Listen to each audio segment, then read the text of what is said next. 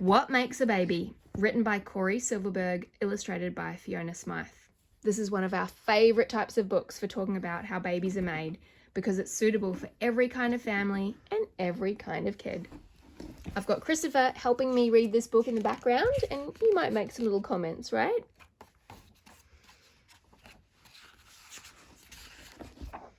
This is a story about how babies are made. The first thing you need to know is that you can't make a baby out of nothing. You have to start with something. This is an egg. Not all bodies have eggs in them. Some do and some do not. Inside the egg are so many stories all about the body the egg came from. This is a sperm. Not all bodies have sperm in them. Some do and some do not. Inside the sperm, just like inside the egg, there are so many stories about the body the sperm came from. When grown-ups want to make a baby, they need to get an egg from one body and a sperm from another body. They also need a place where the baby can grow. All right, thank you. This is a uterus. I'm trying to get Sharky. You can get Sharky. It is a place where a baby can grow. You might think that everyone has a uterus, since it has the words you and us in it, but not everyone has a uterus. Just like eggs and just like sperm, some bodies have a uterus and some bodies do not. Every body that has a uterus always has it in the same place, just below the belly button, in the squishy middle part. Yeah, you can sit on me. When an egg and a sperm meet, they swirl together in a special kind of dance. As they dance, they talk to each other.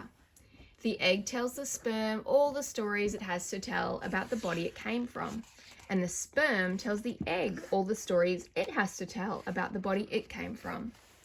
When their dance is done, they are not two things anymore. They danced around and shared so much that they become one brand new thing. At first, it is just a tiny thing. Sometimes this tiny thing does not grow, and sometimes it grows into a baby, like you did. Now, do you remember that when Pawpaw, your grandma, wanted to make Mummy's dad didn't have any sperm in his body, so they had to get a sperm from another person. What person was it called? Yeah, well, remember that's that person that we met, Gung Gung Grumps?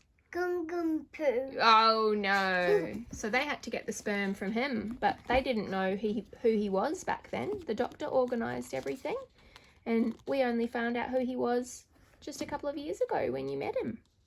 Yeah. Yeah. And my mummy and daddy were very happy when I grew. Everything that grows differently. Each one of us grow in our own way. How a baby grows depends on the stories that the egg and the sperm share and on the uterus the baby is growing inside of. But before a baby can be born, it has to get bigger and bigger and bigger. You like this bit, don't you? This usually takes about 40 weeks. Sometimes the baby is ready to come out on its own. Sometimes a midwife or a doctor will be the one to say it is time for the baby to be born. When you stop reading it, then I go like that, okay, Mama? Yeah, at the end you can. How does that sound? Good.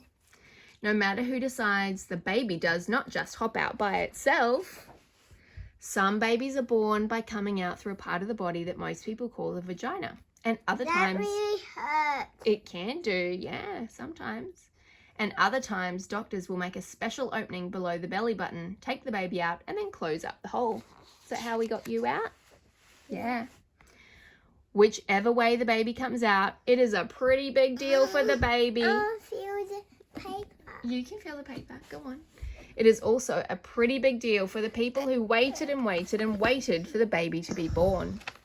Sometimes it takes a long time. Sometimes it is quick. Sometimes it hurts a little. Sometimes it hurts a lot. But usually everyone needs a lot of rest afterwards. When you were born, who was waiting for you? Was it Mum and Dad? Your sister? Grandma and Grandpa? Yeah, it was great. So you can see it's a great book. every type of baby, every type of family story can be covered and tailor-made. And it just makes donor conception and all types of conception just really normal and factual. My kids know about egg and sperm, and I can do it at the end. Okay, you do it at the end, that's fine. And I regularly overhear them talking about eggs and sperm just while they're playing. It's great. So highly recommended, and hopefully you've enjoyed our little review. All right, thanks, Christopher.